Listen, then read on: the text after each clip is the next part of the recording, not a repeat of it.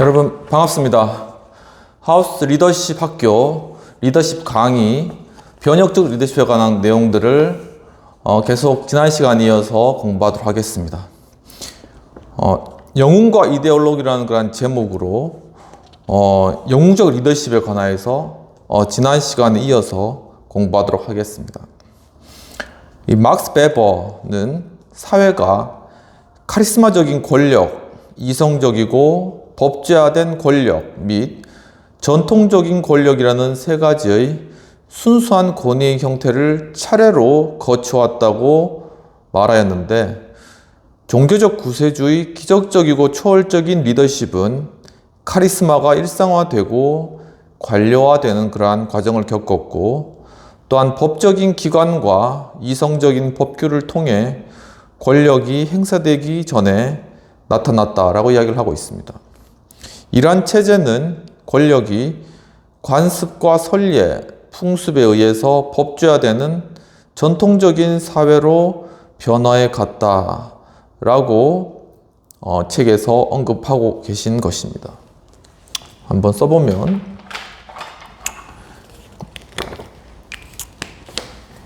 막스 베버가 세 가지 순수한 권위의 형태가 첫 번째로는 카리스마적인 권력, 두 번째로는 이성적 그리고 법제화된 권력, 세 번째로는 또한 관습과 같은 그러한 권력, 전통적인 그러한 권력, 전통적, 관습적 권력, 이러한 순수한 형태의 그러한 어떤 권력의 형태로 나타났다라고 이야기를 하고 있는 것이죠.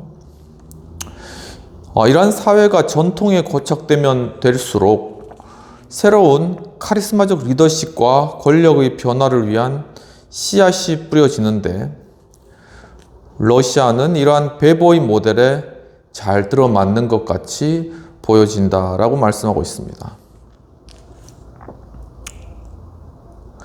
제임스 데이비스라는 분은 러시아의 짜르가 황제죠. 짜르가 전통적인 통치의 원형이라고 지적하면서, 짜르는 오랜 관습에 따라 권력을 행사하는 것으로 여겨지지만 실질적인 측면에서 볼 때 그 이상의 우월적인 권력은 지상에서 존재하지 않는다라고 이야기를 하였다고 합니다. 그러니까 막강한 그러한 권력을 이 짜르가 소유하고 있었다라는 것인데, 이제 거기에 대한 예로서 국교의 수장을 임명하라고 공고한 성직자 대표들에 맞서서 이 짜르인 피터 대제는 스스로를 가리켜 여기에 너희들의 대주교가 있다고 말하기까지 하는 그러한 사실들을 통하여서 이 짜르가 얼마나 권력의 절대성을 행사했는지를 엿볼 수 있다고 하였습니다.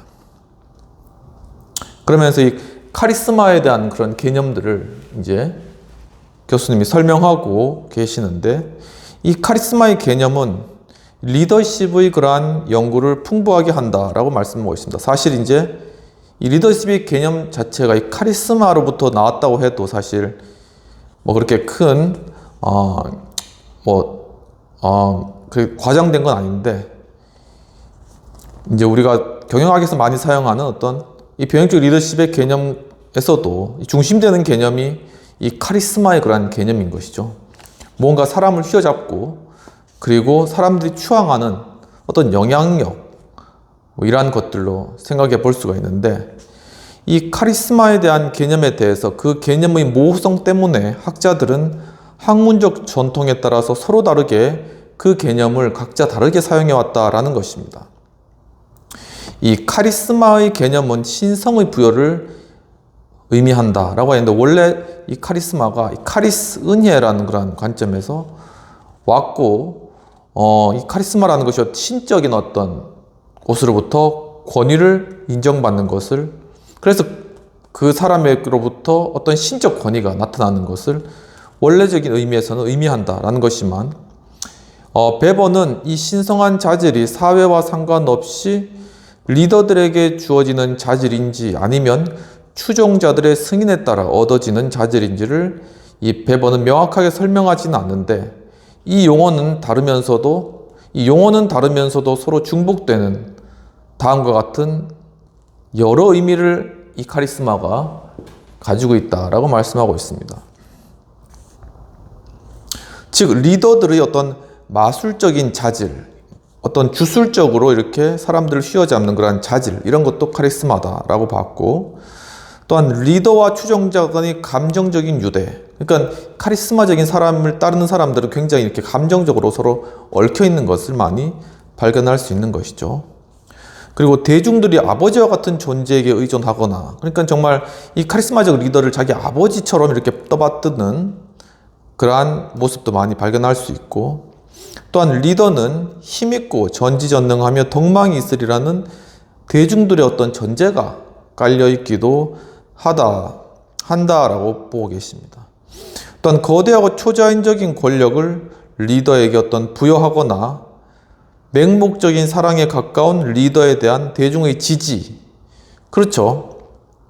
리더에 대해서 그냥 맹목적으로 그가 어떤 일을 하던가 어떤 정책을 펴던가 어떤 모습을 가지는 것과 상관없이 그냥 맹목적으로 따른다는 것입니다.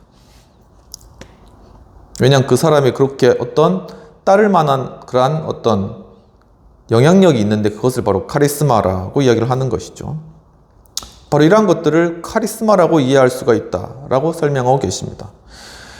이 용어는 많은 의미를 담고 있어서 세세하게 분석하면 이제 그 개념이 무너지기도 하고, 또한 카리스마라는 용어가 그 의미가 가벼워지기도 하는데, 린든 존스라는 분은 어떤 자신의 문제점은 카리스마가 부족한 것이라고 종종 불평하였다라고 하고, 그는 인텔리겐차들을 비우는 말로 CH를 부드럽게 발음하면서 이 카리스마의 의미를 단어 자체에 대한 분석으로는 온전하게 밝힐 수 없는 바로 그러한 어떤 모호한 그런 개념이라는 것이죠.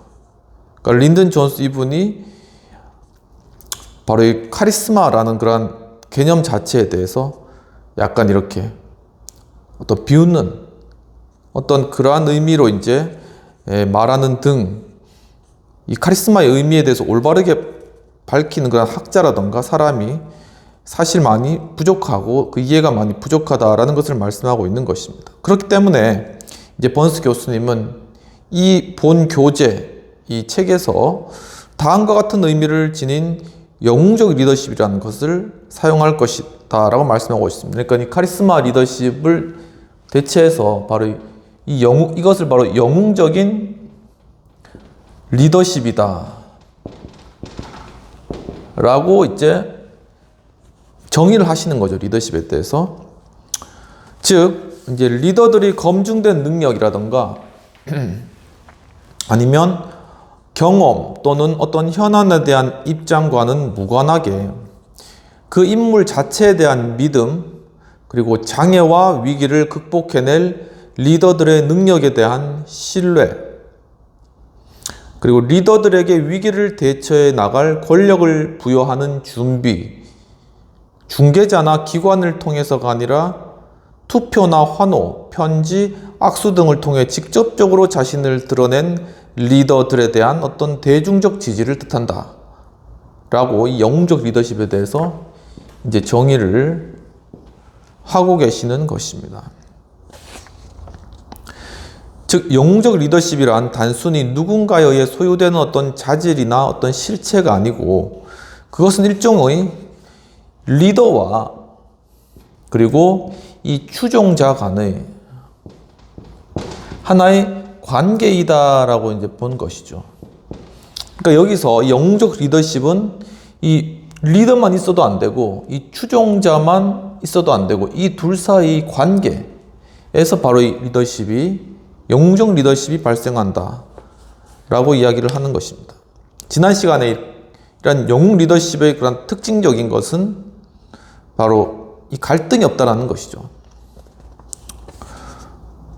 영웅적 리더십이란 바로 갈등이 없다는 그러한 측면이 이 리더십의 중요한 측면인데, 사람들은 자신의 내부 깊숙이 놓인 동기를 들여다보는 대신에 그들이 공포와 또한 적대감, 염원 등을 상징적으로 해결해낼 수 있는 사회적인 대상에 투사한다 라고 이야기하고 있습니다.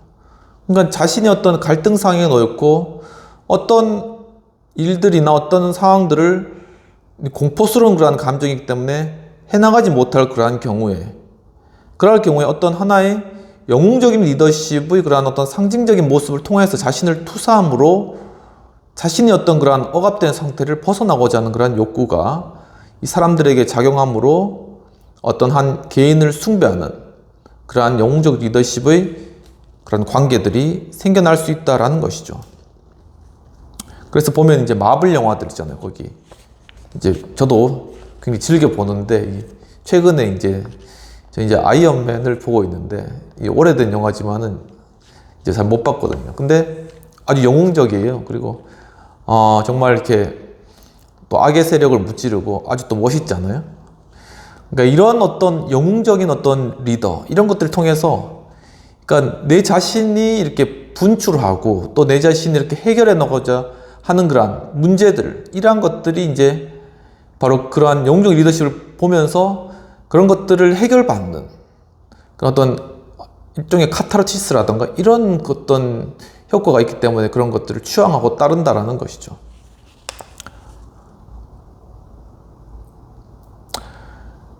바로 이렇게 자신이 가진 갈등으로부터 벗어나고자 한다라고 이제 카츠라는 분이 말하였다고 합니다. 이 영웅적 리더십이란 바로 이 내외적인 갈등의 해결책을 상징적으로 제공하고 있다라고 말씀하고 있습니다. 즉, 영웅적 리더들은 단순히 대중의 지지를 즐기는 리더들과는 반대로 대체로 사회가 심각한 위기를 겪고 있을 때 나타나는데, 이때는 현존하고 있던 갈등 해결의 메커니즘, 즉 전통이라던가 기존 권력이라던가 낡은 법체계 그리고 관습 등이 제 기능을 잃고 극심한 어떤 긴장 상태에 놓이게 될 때 이 영웅적 리더십이 나타나게 되는 것이죠. 그래서 이런 상태를 놓고 그것을 해결하는 그런 해결사로서 사람들 가운데 부상하게 되는 것입니다. 항상 이게 마블 영화도 항상 갈등이 있고 또 상대편 이렇게 사회 질서나 아니면은 기존 체제를 무너뜨리려는 그런 악의 세력이 있잖아요. 그럼 거기에 대해서 이 영웅적 리더십이 이제 나타나는 겁니다. 대중의 소외 현상과 사회적 문화가 증가하고 극도의 정신적이고 물질적인 욕구가 채워지지 않은 채 지속되면은 오랫동안 지켜왔던 가치들은 곧 대체되거나 이제 변화하는 그러한 과정을 겪게 되는 것입니다. 그때 이 제2순위의 여러 리더들이 앞으로 나와 기대를 불러일으키죠. 사람들에게 이러한 문제들을 내가 해결하겠다라는 그런 기대를. 그리고 또한 요구들을 활성화시킨다라고 했는데, 사람들의 그 내면적인 요구, 안전에 대한 욕구라던가 아니면 여러 필요들, 여러 사회적 필요들, 이런 것들을 이제 활성화시키는 역할들을 이 리더들이 감당하게 된다는 것입니다. 그리고 신의와 법적 절차에 대한 위기감이 그 사회 체계의 통치자와 이데올로기 그리고 제도를 압도하기 시작한다는 것이죠. 기존의 체제나 통치 방식이나 이데올로기가 이 사회의 변화를 따라가지 못하는 그런 현상이 일어날 때 바로 이러한 영웅적 리더십이 생겨나게 된다는 것입니다. 그렇게 되면은 이 공감과 또한 경쟁력이라는 드문 자질을 갖춘 역동적이고 창의적이며 즉각적으로 반응하는 리더나 지도 그룹이 나타나 권력과 전통에 맞서게 된다라고 이야기를 하는 것이죠. 바로 이 영웅적 리더십이 사람들에게 그 마음을 공감해주고 또한 경쟁력을 가지고 다른 리더들에 대해서 이 경쟁력을 가진 이러한 영웅적 리더나 아니면 리더 그룹들이 나타나서 우리가 문제를 해결하겠다, 이렇게 나타나게 된다라는 것입니다. 이 영웅적인 리더들이 출연한 수많은 예 가운데 수단이라는 나라 아시죠? 거기에 마디라는 그러한 사람이 나타나서 이 수단을 이제 영국의 통치로부터 이제 벗어나게 막 그렇게 노력한 이러한 사건이 있는데 이것이 가장 놀랄 만한 그러한 행위였다라고 이제 교수님 보시면서 18세기와 19세기 초에 오스만 제국의 국경에서 아라비아와 리비아 그리고 특히 수단에서 엄격한 청교도적인 종교운동이 일어났다라고 하고 있습니다. 또한 전통적인 이슬람교의 믿음 체계가 무너짐에 따라서 사회는 분화되어 가는 그러한 중이었던 것이죠. 외부의 침략자와 정복자들이 원주민에게 이질적인 법과 처벌을 강요하기 위해 늙은 충신들을 위협했고, 또한 종교를 개종한 무리들은 사회 불안을 자신들에게 유리하게 이용하고 또한 사회 불안을 선동하기도 하는 등 상당히 불안한 그러한 사회였다라는 것입니다. 그때 이제 이러한 또 소문들이 퍼지는데 신의 보호를 받은 자가 이슬람 사회를 구하러 온다는 신화가 대중 사이에서 널리 퍼져 있었다라는 것이죠. 항상 이 난세에 이런 소문이 많이 퍼지게 되는 것이죠. 마호메트 아마드, 이 마호메트 아마드라는 사람이 가난한 조선공의 아들로 태어났습니다. 그리고 고아원에서 지내다가 삼촌과 함께 살게 되었고 9살 때 코란을 전부 암기할 정도였다니까는 굉장히 뛰어난 것이죠.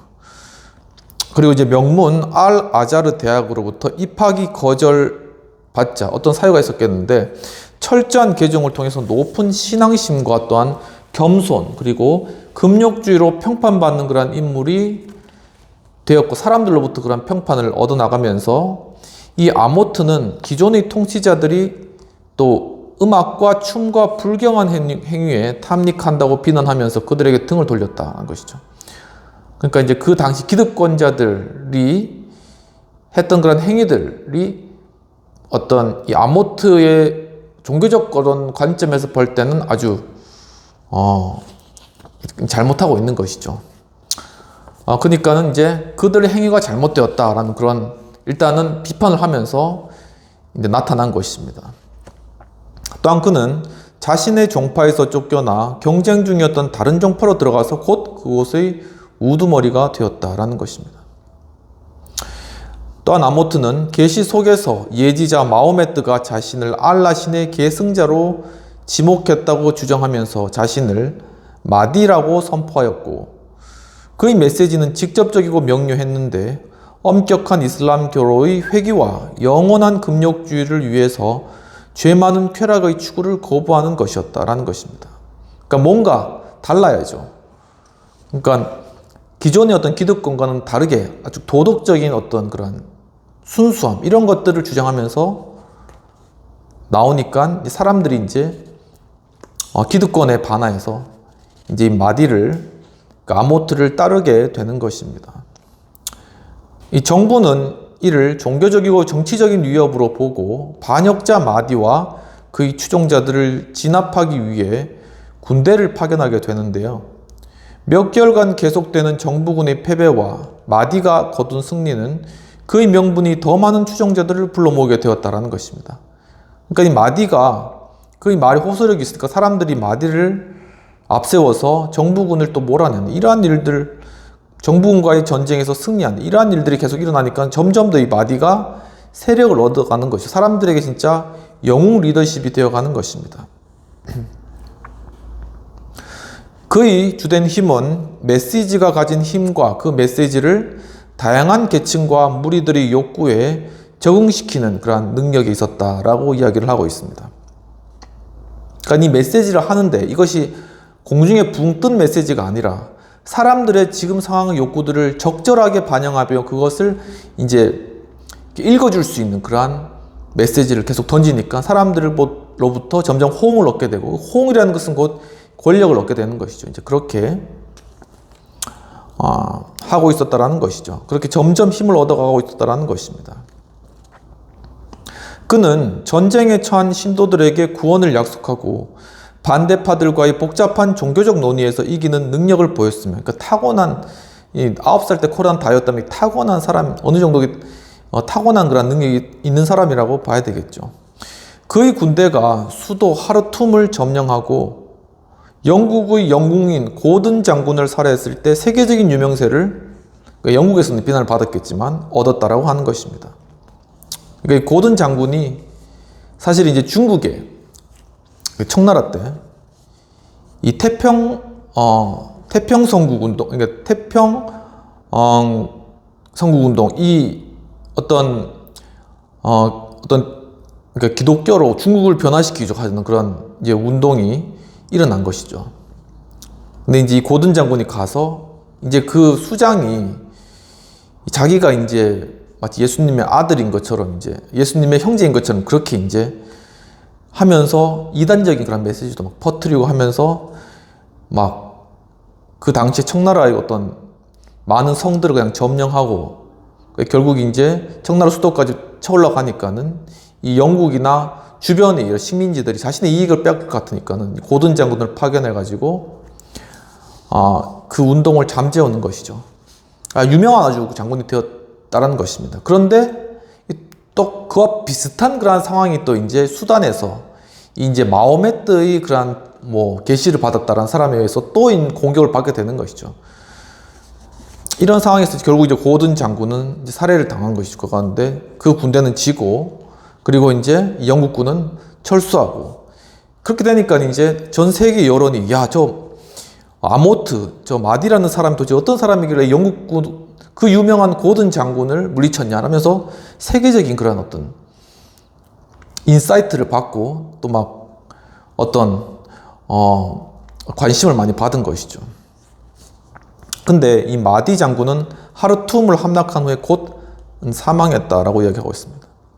그리고 얼마 동안은 권자 계승이 평화적으로 이루어졌으나 오래가지 않고 이 극적 이야기는 수단이 키치너가 지휘하는 영국군에 다시 점령되는 것이죠. 그러니까 수단이 한번 이 마디에 의해서 뺏겼다가 다시 이제 키치너에 의해서 다시 점령되는, 원래 원상태로 돌아오는 그런 상황이 되었다는 것입니다. 바로 이러한 하나의 과정 가운데 이 마디라는 것, 바로 이 순간에는 그가 하나의 영웅적 리더십이 되었던 것이죠. 이 마디가 가져온 실질적인 변화의 정도가 얼마만큼인가. 정말 이 마디가 수단을 영국으로부터 해방시키고 또한 사람들의 인식을 변화시켰는데 얼마나 실제로 기여했는가에 대해서는 사실 이제 의문으로 논의의 대상으로 남아있다라고 이야기를 하고 있습니다. 그러나 수천 명 이상의 마디 추종자들이 영국의 기관총의 마지막까지 이제 격렬하게 저항하면서 자신을 던진 그러한 사실은 사실 주목해 볼 그러한 사실인 것이고, 이 권력의 절정에서 하지만 이 리더 마디는 채 하지도 않았던 어떤 재건의 과정, 그것을 간파할 기회도 갖지 못하고 죽고 말았다. 이렇게 데크 메지안이라는 분과 위조 미르스키라는 분이 이렇게 결론을, 이제 이분에 대해 연구를 했겠죠. 그렇게 결론을 짓고 있습니다. 그러면서 결과적으로 이 마디가 의도했던 사회, 즉 이해의 폭이 넓고 정신으로 충만한 수단 사회의 재건설은 현실화되지 못했고, 결정적으로 사회 통합이 이 지도자에 의해서, 어떤 카리스마적 지도자에 의해서 이 사회 통합을 이루어야 되는데 이 사회 통합도 이루어지지 못했고, 수단인들의 정신적 동질감 획득에도 실패했고, 이런 것들을 봤을 때 마디는 사회 변화를 가능했던 존재는 아니었다. 영웅적 리더십으로 일순간 떠오를 수는 있었지만 그것이 결코 이 사회를 근본적으로 변화시키고, 그리고 사람들의 의식을 바꿈으로 말미암아 이 사회를 변혁하는 그러한 리더십의 역할을 감당하지는 못했다. 이렇게 이제 평가를 하고 계시는 것입니다. 그러면 첫 번째 내용의 비평 및 토의를 살펴보도록 하겠습니다. 이 번스 교수님은 카리스마적 리더십의 의미가 모호하고 또한 중첩적으로 사용되며 그 의미를 분석함에 따라 이제 본래적 의미가 퇴색될 것이다. 이 카리스마적 리더십은 이 원래 모호한 그런 것이다 라고 잘 간파하고 계신 것 같습니다. 그래서 이 본 책에서 이 번스 교수님이 이 영웅적 리더십이라고 해서 이제 재정의를 하면서 이제 이 논의를 진행해 나가시는 것이죠. 그래서 이 영웅적 리더십을 통해서 이 카리스마적 리더십의 그런 특징이 무엇인가 라는 것을 이제 잘 설명해주고 계시는 것으로 보이십니다. 즉 보면은 사람들에게 이제 공감해줄 수 있고 난세 그리고 경쟁력을 가지고 그렇게 사회 변화를 이끌기 위해서 이렇게 드러난 인물. 그런데 이 중요한 것은 그때 이제 리더와 어떤 추종자의 관계, 이 관계 가운데 영웅적 리더십이 태어나는 것이고 특징적인 건 이 가운데 이 갈등이라는 것이 없다. 사람들이 무조건 숭배하거나 따른다. 라는 것이 이 영웅적 리더십의 특징이다. 그러니까 이것을 봐서 이 카리스마적 리더십의 특징을 어느 정도 알 수 있다라는 것입니다. 그러면 토의할 내용으로는 이 카리스마가 결국 관계적이며 리더와 추종자 간의 갈등이 없는 그런 걸 특징으로 한다면 과연 이러한 카리스마적 리더십이 과연 어떤 효익이 있을까라는 것입니다. 이제 카리스마적 리더를 원하는 그러한 성향의 그러한 사람들도 많이 있죠. 특히나 어떤 좀 사회가 불안하거나 아니면은 어떤 사회 통합이 늦어지거나 되지 않거나 아니면 경제적으로 어떤 침체가 오거나 할 때는 어떤 강력한 카리스마적 리더가 나타나서 그것을 해결해 주기를 원하는 그런 것이 사람들의 마음입니다. 근데 이제 카리스마 리더십에 대해서 이 교수님이 분석한 것들을 살펴보면 결국은 바로 그렇게 사람들이 원하는 이유가 뭐냐면은 그 사람들 마음 가운데 있는 그 욕구, 즉 이러한 어떤 힘든 상황 가운데서 하시는 문제를 해결받지 못하고 또한 어떤 억압되고 억눌림 이러한 상태에 있는 것을 이제 해결하고자 하는, 해소하고자 하는 어떤 상징적인 어떤 인물이 필요했다라는 것이죠. 그 필요에 따라서 이 카리스마 리더십이 생겨나는 것인데, 그렇다면은 이 카리스마 리더십은 하나의 어떤 어려운 그러한 상황 가운데, 그러니까는 사람들이 상당히 어떤 사회적 어떤 시스템이 붕괴되었거나 아니면 어떤 재난이라든가 이런 경제적인 어떤 IMF라든가 이런 상황 가운데서 자신의 어떤 상황들을 이겨내기 위한 하나의 상징적인 인물로 카리스마적 리더십을 세우는 것, 그러한 사람이 나타나는 것, 그리고 그런 것들을 통해서 다른 어떤 실제적인 변화 없더라도 사람들 심리적으로 어떤 해소할 수 있는 그러한 효과는 있다. 한 그 정도 수준에서 이제 이 리더십의 효익을 바라봐야 되는가, 아니면 그 이상의 어떤 효익이 카리스마적 리더십에 있는가라는 그런 부분들을 한번 생각해 볼 필요가 있는 것 같습니다. 뒤쪽에 나와 있겠지만은, 그러니까 이 카리스마적 리더십 이 자체만으로는, 그러니까 사람들로부터 추앙과 어떤 숭배를 받지만 실제적인 어떤 변화와 어떤 그러한 사람들의 인식 개선이라던가 아니면 사회 실제적인 어떤 문제 해결 이런 것들은 이루어지지 못하지만, 하지만 이것이 하나의 어떤 전체적인 어떤 변혁적 리더십, 전체적인 사회 변화와 어떻게 보면 개혁을 이루는 하나의 리더십의 하나의 그런 측면으로 사용될 수는 있다라는 것이죠. 그러니까 일단은 사람들이 그 사람을 바라보고 그 사람을 따르고자 하는 마음이 들어야 될 거 아닙니까? 그렇게 하려면 뭔가 그 사람에게 있는 어떤 끌리는 카리스마적인 그런 요소가 그 사람에게 있어야 된다는 것입니다. 그러니까 아무리 똑똑하고 아무리 잘 갖춰주고 아무리 많이 어떤 학식과 어떤 지혜와 이런 것 풍성하다 하더라도 사람들이 그 사람을 보고 따르지 않는다면은 그 사람이 결코 어떤 힘을 얻어서 그것들을 자신이 가진 어떤 지혜나 책략이나 아니면 그런 철학들을 펼쳐나갈 수가 없는 것이겠죠.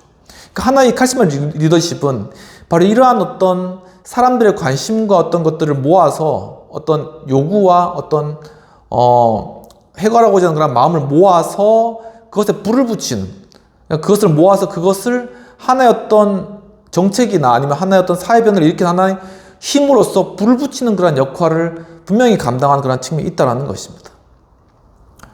그렇기 때문에 이 리더십을 바라볼 때 어떤 리더십에 대한 자질을 갖추고자 할 때 스스로가 그럴 때 이 카리스마적인 요소를 결코 무시하거나 이런 것들을 그냥 배제해서는 안 된다라는 것이죠. 물론 이제 사회 가운데 여러 어떤 권위적인 리더십에 관하여서 어떤 통상적인 어떤 거부감이라던가 아니면은 좀 마음 가운데 약간의 반감이라던가 이런 것들이 사람들 마음 가운데 있을 수가 있습니다. 하지만은 사람들의 내면과 본성 안에는 이런 것들을 해결받고 해소받고 싶은 그런 하나의 상징적인 인물, 그러니까 마블 영화를 그렇게 많이 보는 이유도 다 있지 않겠습니까? 그러니까 그런 상징적인 인물을 원하는 그런 것들이 이 추종자들의 내면에 깔려 있다라는 것이죠. 그래서 뒤에 나오겠지만 이것을 잘 간파한 사람이 바로 이 모택동이라는 사실입니다. 그러니까 뭔가 사람은 이 종교성이 있다라는 것이죠. 한마디로. 그래서 무엇인가를 숭배하고 무엇인가를 따르고 싶은 것들이 마음이 있는데 바로 그 초점을 이 카리스마 리더십이 맞춰준다는 것입니다. 그리고 그것을 잘 그것을 받아서 그것을 좋은 정책이나 사회 안정이나 아니면 사회 발전으로 이렇게 끌고 나가는 것이죠. 바로 그렇게 이렇게 끌고 나가는 그러한 리더십, 이 카리스마와 또한 이 끌고 나가는 그리고 정책을 실현해 나가는 이런 것들이 함께 어우러진 통합적인 그러한 리더십으로 나아갈 때 그 리더는 참된 어떤 병역적인 진정한 리더라고 볼 수 있는 것입니다. 그러니까 앞에서 그냥 단순히 나발 불고 그리고 이제 사람들에게 인기만 많이 얻는 그런 리더십이 그냥 카리스마에만 머무는 그런 리더십이 아니라 이것이 촉발되어서 정말 사회 변화를 이루고 사람들에게 어떤 위험과 어떤 불안으로부터 그 사람들을 해소시켜주고 또 실제적인 삶의 어떤 변화와 기반들을 이루어줄 수 있는 그런 데까지 나아가는 실제적인 그러한 리더, 그러한 리더로 가기 위한 한 요소로서 분명히 카리스마 리더십은 효용성과 그 필요가 존재한다라는 그런 사실들을 좀 확인할 수 있는 그런 것이 아닌가라는 그런 생각들을 한번 해보고요. 한번 이런 부분에 대해서 한번 또 어떤 그러한 인물들이 카리스마적인 요소가 있는가, 그리고 우리가 만약 내 자신이 어떤 리더로서 갖춰야 된다면 그런 요소를 어떻게 개발시켜 나갈 것인가 라는 부분도 한번 생각해 보면 좋을 것 같다라는 그런 생각이 드는 것입니다. 그럼 두 번째로 이제 이 영웅적 리더십 중에 아예 우상화된 그러한 영웅, 이 우상화된 영웅에 대해서 또 살펴보도록 하겠습니다.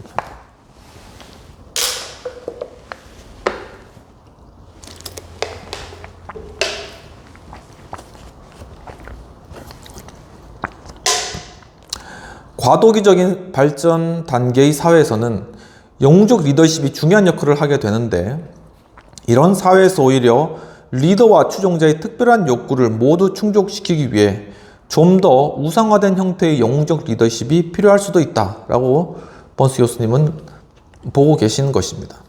우상은 애정과 존경, 자아 실현이 강한 욕구로 대중에 의해 만들어지는데, 그들은 청중을 원하고 필요로 하며 청중은 그들을 필요로 하고 추종자들은 그런 영웅을 보기 위해 모여들며 또한 관중들은 그들 자신의 욕구에 의해 움직이게 되는데, 이것은 자신들이 공포, 희망과 적대감을 적어도 상징적인 해결책이나마 제시하는 영웅들에게 투사함으로써 좌절을 극복하려는 욕구, 강하고 두려운 자를 자신과 동일시하려는 욕구, 자긍심을 얻기 위한 욕구이다 라고 이야기를 하고 있습니다. 그러니까 분명히 사람들이 어떤 강한 영웅적 리더십을 원하는 그 이유는 그 내면 가운데 바로 이러한 욕구들이 자리 잡고 있기 때문이라는 그러한 사실입니다.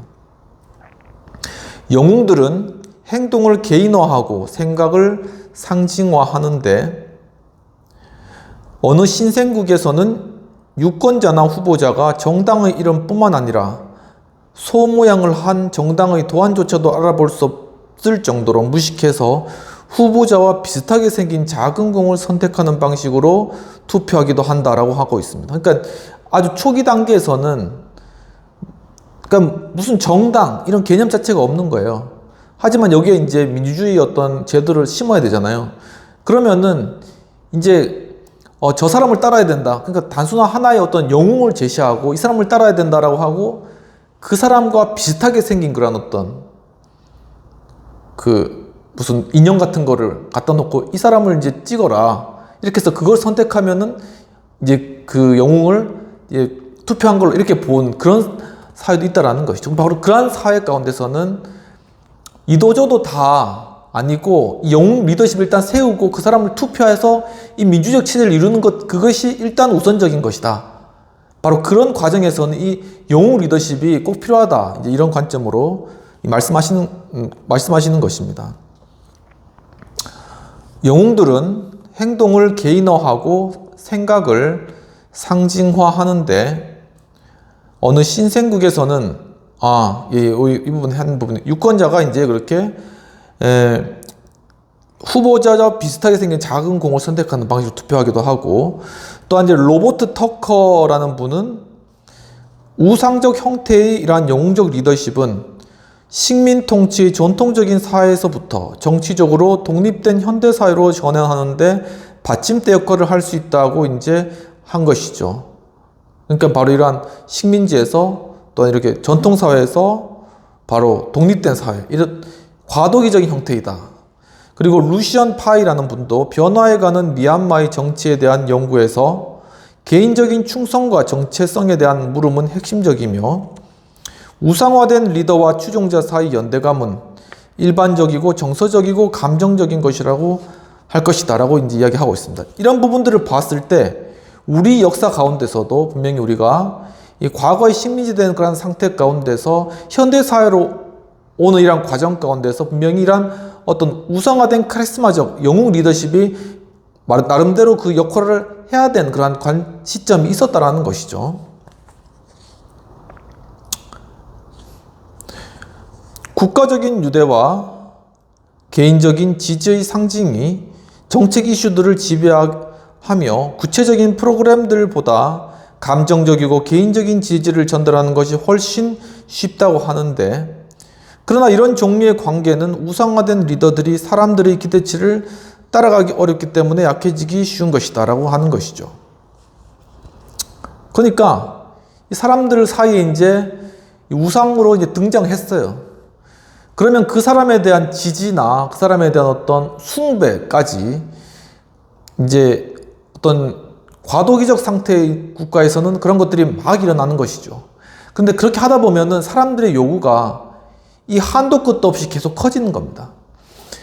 그리고 또한 그 리더에 대한 그런 기대치도 엄청 커지는 것이죠. 하지만은 실제적으로 이 영웅으로 떠오른 그러한 어떤 리더는 그 일들을 할 수 있는 능력이 없는 겁니다. 그러니까 이렇게 높아진 그러한 기대가 일순간에 그냥 무너지는 이러한 반작용이 나타나기도 한다라는 것이죠. 미얀마의 한 정치가가 이렇게 이야기했는데, 사람들은 내가 단지 중요한 인물이기 때문에 못해낼 일이 없다고 생각한다고 그 사람은 이제 불평하면서, 만약 못해낸다면 내가 비열하거나 무능력함으로 다른 인물을 찾아야 한다고 그렇게 말할 것이라고 하였다고 합니다. 그러니까 자신도 아는 거예요. 내가 정말 이 사람들의 기대를 다 채워줄 수는 없을 것 같은데 얼마 지나지 않아서 사람들이 이제 다른 사람을 리더로 세워야 되겠다고 불평하겠구나. 그러니까 그러면서 이제 불평한다라는 것이죠. 우리는 영웅이 감정적 심리적 욕구를 달래는 그 이상의 일을 할 수 있는가 하는 그러한 문제에 부딪히게 되는데, 추종자들이 리더에게 쏟는 정신적 투자는 매우 높은 반면에 그 반대의 경우는 매우 미미하기 때문에 영웅이 그 숭배자의 삶에 미치는 영향은 실체가 없으며 지나가 버릴 수 있지만 영웅은 새로운 청중에게 쉽게 옮겨가 버리기 때문이라고 이야기를 하고 있습니다. 그러니까 이제 영웅 리더십은 사람들에게 떠오르고 수많은 사람들이 이제 그 사람과 자기를 동일시하면서 어떤 자긍심을 얻기 위해서, 그러니까 그 사람의 영향력이 그 사람을 추종하고 숭배한 사람들이 엄청 큰 거예요. 그렇지만은 그럼에도 불구하고 이제 그들 삶의 어떤 실제적인 변화나 아니면은 어떤 경제적인 그런 변화라던가 삶의 혜택이 주어진다던가 이런 것들은 전혀 없다라는 것이죠. 그러면은 이런 리더는 있다가 그냥 실체가 없이 지나가 버리는 하나의 그냥 우상에 지나지 않는 그러한 존재가 될 수 있다는 것입니다. 하지만 또 이 사람은 또 다른 데 가서 또 그렇게 지지를 얻고 이제 그렇게 할 수 있는데, 여기서 이제 중요한 문제는 뭐냐면은 이 우상화된 영웅이 신생국가에서 개인적인 지지를 계속 유지해 나갈 수 있는가? 그리고 개인적 정서와 상징을 정책과 계획으로 변화시킬 수 있도록 정치적 운동, 정당을 발전시킬 수 있는가의 문제다 하는 것이죠. 그러니까 이 초기 사회에서, 이 시민 사회에서, 아니 전통 사회에서 현대 사회로 움직이는 과정 가운데 영웅적인 리더가 나타났는데, 이 영웅적 리더가 정말 똑똑하고 정책이 밝은 사람이라서 이 사람들의 이러한 추앙을 받으면서 이 사회를 개혁해 나갈 수 있는 정책을 끝까지 이렇게 밀고 나간다면은 이 사회는 정말 현대사회로 바뀌어지는 것입니다. 그런데 그 영웅으로 떠오르는 사람이 전혀 이 사회를 개혁하고 변화시킬 수 있는 능력이 없는 사람이라면은 이 사람은 단지 영웅을 한 반짝 빛을 발했다가 사라지고 그 사회는 여전히 그냥 전통 아니면 식민사회로 남아있는 그러한 결과를 낳을 수밖에 없다라는 것이죠. 그 일부 로마 황제들 같은 경우에 이제 로마 시대로 가보면은 시민의 진정한 요구를 알아차리고 반응하는 데는 거의 관심을 가지지 않는 그러한 인물이, 그러한 황제들이 많이 있었죠. 그러니까 그들은 그냥 사람들의 어떤 지지를 받고 어떤 취향을 받는 것에 끝나는 겁니다. 그리고 그 사회는 더 이상 발전도 없고, 로마 사회 마지막에 이제 그런 현상들이 많이 발전했지만, 결국 그렇게 되면 사람들이 이제 어느 시점이 되면은 이제 완전히 그 마음이 완전히 뒤바뀌는 것이죠. 이제 그런 황제들이 있냐 하면은 나폴레옹 같은 경우에는 이제 근세에 넘어와서 나폴레옹은 이제 국민들이 자신의 능력을 찬양하도록 그렇게 굉장히 이 사람도 카리스마적인 사람이기 때문에 사람들이 자기를 찬양하도록 그렇게 허용했다라는 것이죠. 장려했다. 나를 좋게 생각하고 뭐 숭배하고 나를 뭐 찬양해라. 어떻게 보면 상당히 교만한 어떤 그런 모습도 있지만, 하지만은 나폴레옹이 뛰어난 점은 바로 모세와 같이 프랑스의 법전을 남겼다는 것입니다. 즉 나폴레옹은 자신이 받은 어떤 영웅적인 그런 리더십으로 뭔가 하나를, 법전이라는 것, 나폴레옹 법전, 민법전 이런 유명하지 않습니까? 그런 것들 하나는 이 땅에 남기고 간 그런 인물이라는 것이죠. 그런 의미에서 봤을 땐 그 영웅적 리더십은 어느 정도 가치가 있다라고 평가해 줄 만하다라는 것입니다. 그리고 뛰어난 용기로 공정에서 아슬아슬하게 빠져나간 처세술을 보여준 카리스마적인 리더인 아타투르크라는 인물은 훨씬 주의 깊은 그러한 리더였는데, 이와 관련해서 댄크 워트 러스토우라는 분은 그를 카리스마적인 상황에 던져진 조각인간이라고 불렀다고 합니다. 그러니까 이런 하나의 어떤 출생이 카리스마적인 사람이 있어요. 정말 이 카리스마적인 어떤 DNA를 타고난 사람. 이제 그런 사람은 어딜 가나 카리스마적인 능력이 나타나는 것이죠.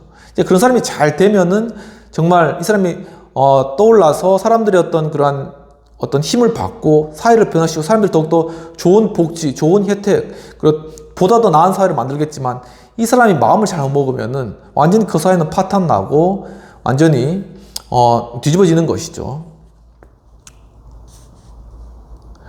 또한 영혼을 어루만지는 음악적인 목소리를 가진 앤크루마는 그 위대한 생각하는 정치인의 전통을 지닌 간디와 레닌 사이에 존재하는 위인으로 자신을 평가했다. 그러니까 약간 이 카리스마적 리더들 특징은 자신에 대해 굉장히 어디서 알 수 없는 자신감이 이제 존재한다는 거예요. 그러니까는 이 근원을 알 수 없는 이런 존재감이 있으니까는 이 사람들도 처음에는 그러다가 이 사람이 계속 그렇게 자신의 어떤 존재감을 나타내고 그렇게 하니까 저 사람에게 뭐가 있나 보다 이렇게 이제는 끌리게 되는 것이죠. 이제 본인도 그렇게 생각하고 다른 사람도 그렇게 생각하면 그 사람이 이제 카리스마적인 그런 힘을 가지게 되는 겁니다. 그러니까 그렇게 하면서 점점 이렇게 그것을 잘 활용해서 사회를 발전시키는 방향으로 나아가는 게 이제 통합적인 리더십인데, 이제 그러한 인물들이 사실 많지는 않다라는 것이죠. 이제 가나 아시죠? 가나 언론에서는 앵크루마가 위대한 모세처럼 자신의 모습을 드러냈다라고 이렇게 발표하기도 했고, 모든 아프리카 리더들의 지지로 그의 민족이 제국주의자들의 대학살을 견뎌내고 고통의 홍해를 건널 수 있게 도울 것이다 라고 그렇게 공표를 했지만, 결국 데이비드 앱트가 이제 이렇게 이제 이야기했는데, 앵크루만은 나라를 발전시킬 상상력과 기술이 부족했다. 혁명가로 건설자가 아닌 몽상가로 끝났다고 평가한다고 하였습니다. 그러니까 결국은 이제 그렇게 혁명을 못 일어난 거죠. 그러니까 카리스마가 있어서 사람들의 관심을 끄는 거예요. 하지만은 실제로 거기에 따르는 어떤 상상력, 그리고 또한 그것을 어떤 실행할 수 있는 어떤 능력, 기술, 실제적인 기술, 이런 것들이 부족하니까, 그러니까 이런 것들이 없으면은 그런 것들이 갖춘 사람을 이제 같이 데려와서 이제 그 사람들과 잘 협력해야 되는데, 그것도 아닌 거예요. 그냥 자기가 그냥 사람들의 관심을 받는 걸로 끝나버리는 거죠. 그렇게 된다면은 결국은 잠깐 빛을 발하다 도리어 이제 아무것도 이루지 못하고 그냥 무명무실해지는 이러한 결과가 되기 때문에, 자기가 카리스마는 가졌지만 능력이 없으면 다른 능력 있는 사람을 데려와라. 뭐 유비가 제갈량을 데려온 것처럼 그렇게 데려와라는 것이죠. 그러니까 우리 사회를 돌아볼 때도, 리더가 가진 카리스마와 어떤 카리스마 없지만 지혜와 능력이 뛰어난 사람들이 하나의 코어워크와 협동, 이런 어떤 집단적인 어떤 리더십, 이러한 것이 우리 사회 역시도 지금 상당히 필요하다. 그리고 그런 것들을 위해서 정말 이러한 어떤 소통과 서로의 협력과 협치, 이런 것들이 굉장히 필요한 그러한 우리 현실이다라는 것을 우리가 좀 생각해 볼 수 있는 것 같습니다. 그리고 이제 선진국이라고 해서 이 영웅 숭배 현상이 없는 것은 사실 아닌데, 재밌는 건 1936년에 프라우다지라는 잡지에서는 이렇게 이제 시가 있었는데, 스탈린을 오 민족의 위대한 리더여, 인간에게 생명을 주시는 자여, 오 아버지 당신은 태양입니다 라고 이렇게 아주 찬양하는 그런 글을 또 썼다고 합니다. 그러면서 이제 또 이제 비슷한 예로 1961년에 중국 여성지 또 잡지조에서는 모태똥에 대해서도 당신은 못 심는 계절에 내리는 비, 당신은 결코 지지 않는 붉은 태양입니다 라고 합니다. 그러니까 우리 일반적인 생각에 있어서는 이렇게 무슨 이 사람이 신도 아니고 그렇게 찬양을 하냐라고 이렇게 생각할 수 있지만, 이제 이 당시 상황과 여건과 또한 이 사람이 가진 그 카리스마의 그런 영역이 워낙 컸기 때문에 사람들이 이렇게 할 정도로까지 그렇게 이제 어떤 카리스마적인 어떤 영웅 리더십의 위치에 이 사람들이 있었다라는 것이죠. 1960년대 미국 대통령 선거 유세에서 이제 존 F 케네디가 이 사람들에게 이제 다가올 때 젊은이들이 이 케네디를 보고 미친 듯이 소리를 쳤다고 합니다. 펄쩍펄쩍 막 뛰었다고 합니다. 그런데 그 이유는 케네디가 노후연금이나 라틴 아메리카 정책을 지지한다는 이유로 함성을 질렀을 리는 없다라는 것이죠. 그는 1960년대 젊은이들의 기본적 욕구와 기대와는 사실 별 상관이 없었지만은 어떤 그의 외모, 그러니까 케네디의 어떤 외모, 젊은 그러한 대통령, 그의 외모와 어떤 행동, 그 시대의 어떤 젊은이들을 아우르는 그런 행동들, 이러한 것들이 그 미국 사회 그 당시 젊은이들을 자극했다라는 것입니다. 그러니까 이런 요소들을 자극해서 이 카리스마적인 영웅으로 케네디가 떠오른 것이죠.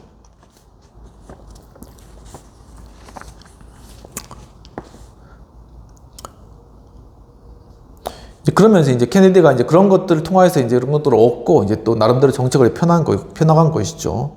그리고 이제 항만 노동자 출신 철학자 에릭 호퍼라는 사람은 이제 진정한 신앙인들에 관해서 이제 그 분석하는 그러한 일들을 했는데, 이제 좌절된 영혼 속에 억제되어 있는 분노를 공개적으로 밝히고 정당한 리더에게 가장 영향을 받기 쉬워 보이는 집단을 분석했다고 합니다. 그리고 그는 분리된 자아의 완벽한 항복이 통합과 자기 희생을 얻기 위한 선행 조건이라고 이제 썼는데, 좌절하는 자들에게는 책임으로부터의 자유가 억제로부터의 자유보다 더 매력적이었다고 했습니다. 그러니까 이 정말 힘든 상황 가운데 있는 사람들, 정말 하루 벌어 하루 먹기도 힘든 상황들 가운데 있는 사람들에 있어서는 그들에게는 정말 이 어떤 자유, 자기 자유롭게 행동할 수 있는 어떤 억압과 억제, 어떤 국가 권력으로부터의 그런 자유가 아니라 자신이 지금 해야 되는 그런 어떤 책임, 고용되어서 지금 이루어야 될 그런 무거운 힘든 그런 짐들, 이것으로부터 자유를 얻는 것이 그들에게는 더 큰 자유라는 것입니다. 그리고 그렇기 때문에 이들은 바로 어떤 카리스마적 리더에 대해서 이제 그들에 대해서 어떤 그들이 자신을 억압하거나 아니면 자신의 자유를 침해한다고 해서 그들에 대해서 갈등을 일으키거나 아니면 저항하거나 이것이 아니라 아무튼 그 사람이 그렇게 하든 말든 그들을 통하여서 내 지금 있는 이 무거운 짐이 제거되어 줄 수 있다면 아니면 상징적으로라도 그 사람을 통해서 내 받는 이러한 삶의 무게가 덜어질 수 있다면은 이제 그 사람에게 무조건적인 항복과 또한 온전한 그러한 내어줌, 이런 것들을 숭배, 이런 것들을 하는 것이죠.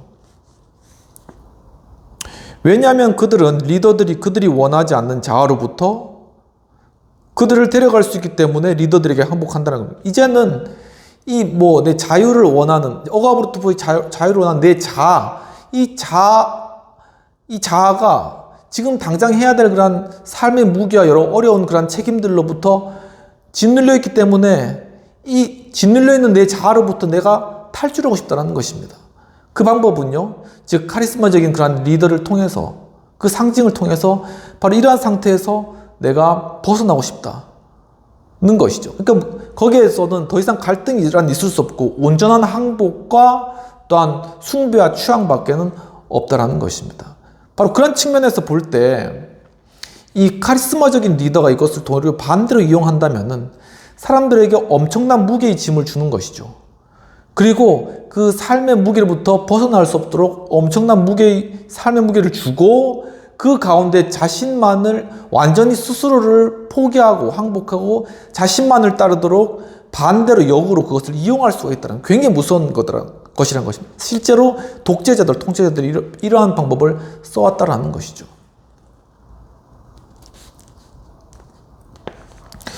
영웅과 관중들은 단기적인 정신적 의존이나 만족 이외에는 행위자와 관중을 만족시켜주지 못하며 이러한 영웅은 진정한 리더가 아니다.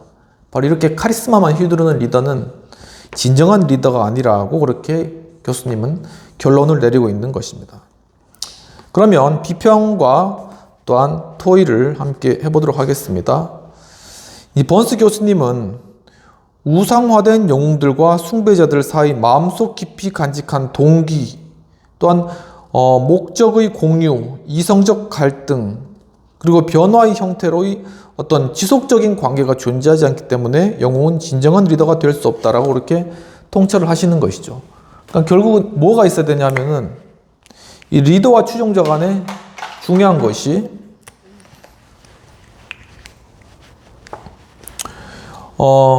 마음속 깊이, 마음속에 있는 어떤 간절한 어떤 동기, 사람들의 마음에 있는 동기가 서로 나눠져야 되고, 그 다음에 하나의 어떤 목적이 또한 공유가 되어야 되고, 지도자와 추종자 간에. 그리고 또한 어떤 이성적 갈등도 있어야 된다. 생각이 맞지 않는 부분도 있으니까 서로 갈등할 수도 있다.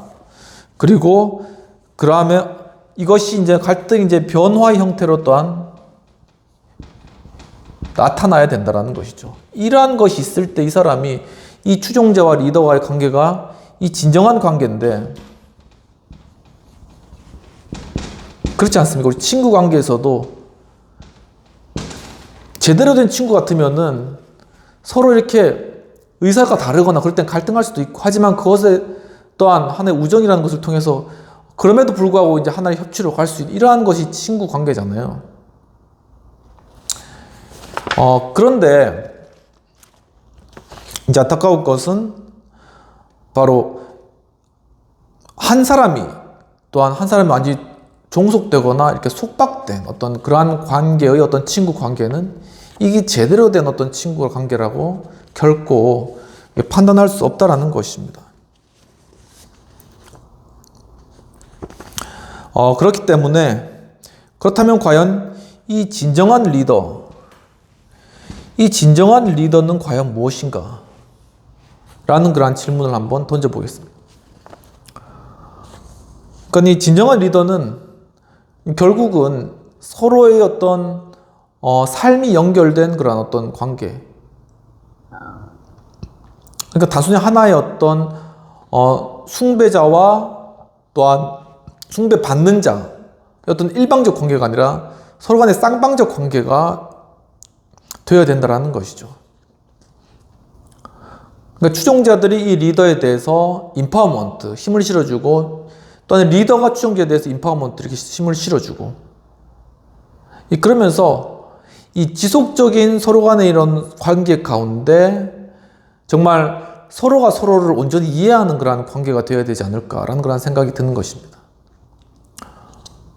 근데 서로가 서로를 이렇게 추종자가 리더가 추종자를 이해하기 위해서는 상당한 시간이 필요하잖아요. 그냥 하루아침에 알 수 있는 건 아니지 않습니까? 그렇기 때문에 바로 이러한 자신을 지지하는 세력과 이 리더 간의 오랜 그러한 관계들, 이러한 관계들 가운데 맺어진 그런 어떤 신뢰, 또한 여러 갈등들 가운데 이루어진 하나의 어떤 공유된 생각들, 이런 것이 존재할 때 이 사람은 진정한 리더가 될 수 있다라는 것인데, 우리 현실 가운데서는 바로 이렇게 정말 이렇게 오랜 시간 정말 추종자들에 대해서 어떤 임파워먼트를 하면서 그들에게 어떤 자신의 생각과 또 자신의 정책과 어떤 자신의 어떤 동기, 목적들을 내비치고 또한 호소했던 그러한 지도자가 있는가? 그리고 또한 추종자로부터 그러한 것들 오랜 기간 이 추종자들이 이 리더를 보고 그 사람의 목적과 의도와 또한 그 사람의 정책과 방향들을 확인하면서 서로 간에 맺어진 신뢰 관계가 있는 이러한 리더가 있는가? 라는 걸 생각했을 때는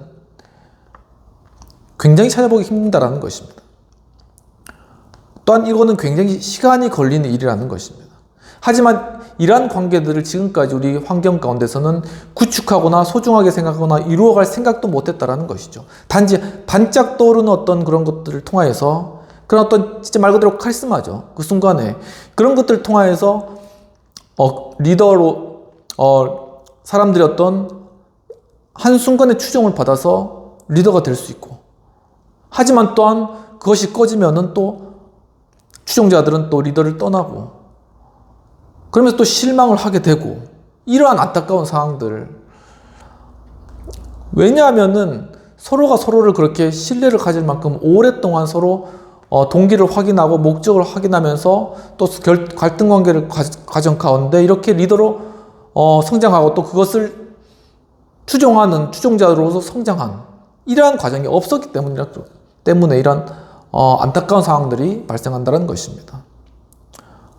그렇다면 과연 앞으로 어떻게 하면은 이러한 관계들이 정말 올바르게 성립되는 그러한 참된 어떤 리더, 진정한 리더를 우리가 우리의 어떤 사현실 속에, 정치현 속에서 우리가 이러한 사람들을 우리가 만날 수 있을까? 이러한 사람들과 관계를 맺을 수 있을까? 이러한 사람들을 또한 리더로 세울 수 있을까라는 그러한 질문들, 그리고 그러한 고민들을 우리가 많이 해보아야 된다라는 그러한 사실들을 다시 한번 생각해 보게 된다라는 것이죠.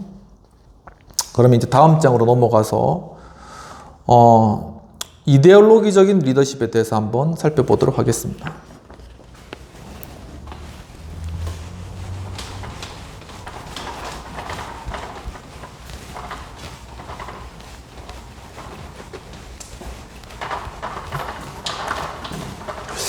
굉장히 번스 교수님이 사람의 그런 마음과 심리에 대해서 좀 깊이, 이게 원래 리더십이 심리학과 굉장히 관련이 있지 않습니까? 그 부분을 굉장히 많이 연구를 하신 것 같아요. 그래서 사람의 내면에 있는 것이 무엇인가를 좀 약간 통찰할 수 있는 그런 능력이 있으신 게 아닌가라는 그런 생각들도 한번 해보게 되고요.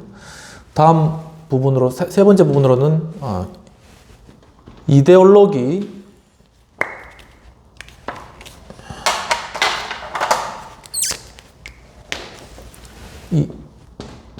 이데올로기적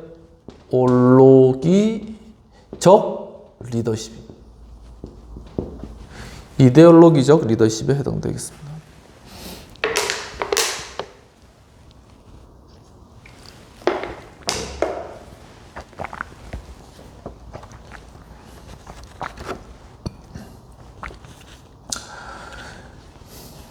우상화된 영웅들과는 아주 대조적으로 이 이데올로기적 리더,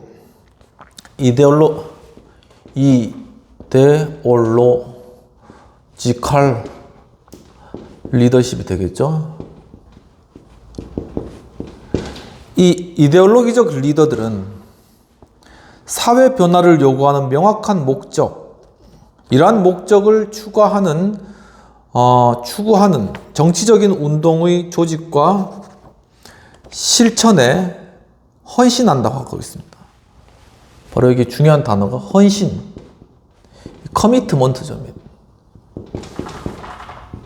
뭔가 이렇게 이데올로기적인 리더는 그러한 어떤 사회 목적을 이루기 위해서 거기에 자신을 헌신하는 그런 리더라는 것입니다. 이 이데올로기적 리더들도 우상화된 리더들처럼 존경과 자기 실현이라는 어떤 강력한 개인적 욕구를 지녔을지도 모르지만, 사상적 리더들은 공동의 목적을 자신과 강력하게 일체화시키기 때문에 리더들이건 추종자들이건 간에 인간이 지니는 다른 종류의 욕구나 바람, 염원들은 그 운동의 큰 목적 속으로 삼키고 말며, 리더들은 적어도 보다 나은 명분과 의제 속으로 자신들을 던져왔다고 이야기하고 있습니다. 그렇죠? 이 명분과 의제, 이 명분하고 의제, 이걸로 자신을 그냥 헌신하는 거예요. 던지는 거예요. 자신을 희생하는 겁니다. 그냥. 그러니까 물론 개인적인 어떤 욕구, 바람, 기대, 이런 것들이 있을 수 있겠죠. 하지만 이거는 이 전체의 명분과 의제 안에 다 희석되고 들어가 버린다는 것이죠. 그러니까 정치인들 보면 이제 그분들이 이제 국회에서 국회의사당에서 또 이렇게 거기서 이제 의사도 피력하시고, 또한 이제 큰 회의장에 가서 또 이제 이렇게 연설도 하시고, 옆에서 보면 참 좋아 보인다, 이렇게 불할 수도 있고 그럴 수 있죠. 근데 사실 그분들 한 분 한 분은 자신의 어떤 명분과 의제, 자신의 어떤 철학을 위해서 자신을 어떻게 보면 던진 사람이라는 거죠. 그러니까 어떻게 보면 자신의 삶을 희생하고 거기에 바친 그러한 인물들이라는 것입니다. 그리고 또한 그렇게 바친 사람이 그 정치인이 되어야 되는 것이죠. 그리고 또한 그렇게 자신을 바친 그러한 사람이 정치인이 되기를 사람들이 원하는 것이고, 하지만 그렇지 않고 어떤 자신의 기대나 어떤 이런 것들을 따라서 정치 활동하고자 하는 사람들에게 실망하게 되고, 이제 그렇기 때문에 거기서 이제 갈등이 발생하는 것이죠. 하지만 사실 대부분의 정치인들은 이렇게 명분과 의지를 자신을 헌신한 그런 분들이다 라고 믿고 싶고 그렇다는 것입니다. 그들과 추종자들은 심리적, 정치적으로 그리고 구조적으로 가까운 관계인데,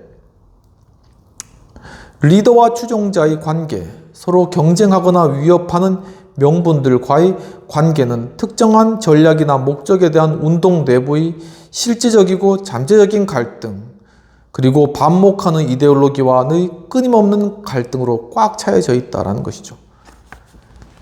그러니까 이 세 가지 축으로 인해서 이 리더와 추종자가 서로 관련되어 있는데, 일단 심리적으로 관련되어 있죠.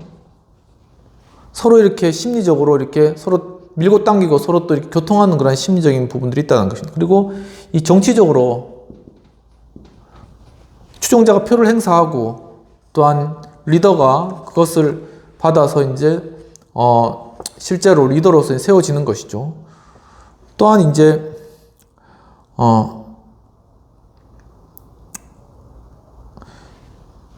심리적인 부분, 그리고 정치적인 부분, 그리고